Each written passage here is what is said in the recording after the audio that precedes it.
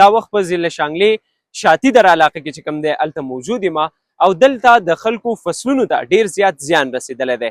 په بیکګراونډ کې تاسو کتلی شئ چې شنې شولې ولاړې دي، ولې بله اړخ ته تاسو دا بیکګراونډ هم کتلی شئ چې دلته څو ورځې وړاندې بالکل دا شانتې ښکلي شنې شولې ولاړې وي، خو د دغه قهرجن سیلاب وروستو دغه شولې په مکمله توګه باندې وړلې شوي دي او خلک ډیر زیات متاثره شوي. یو ځایي اوسیدونکی وایي چې د کور ټول آمدن مو له دغه شولګرو و، د سیلاب له وجې مې 15 لک روپۍ تاوان شوی دی.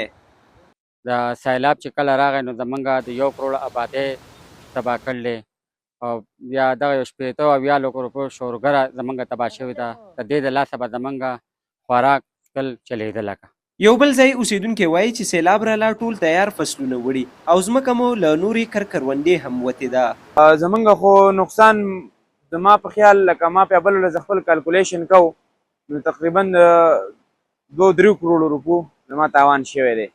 دا زمونږ شورګره وه د دې خوړ نه واله او د هغه ځای پورې په دې کې یوه شوی نه ده پرېښې نو دا کروړونو روپو هغه تیار فصل هم خراب شوی دی او هغه ځمکه چې دا هغه هم لکه په هغې کې هم د کاشکارۍ نوره نه ده.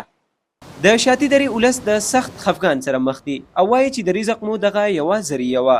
د حکومت نه غوښتنه کوي چې موږ سره دې مرسته وکړی شي. د سنو پښتونخوا دپاره عرفان حسین علي، شاطي دره، پورن، ضلع شانګله.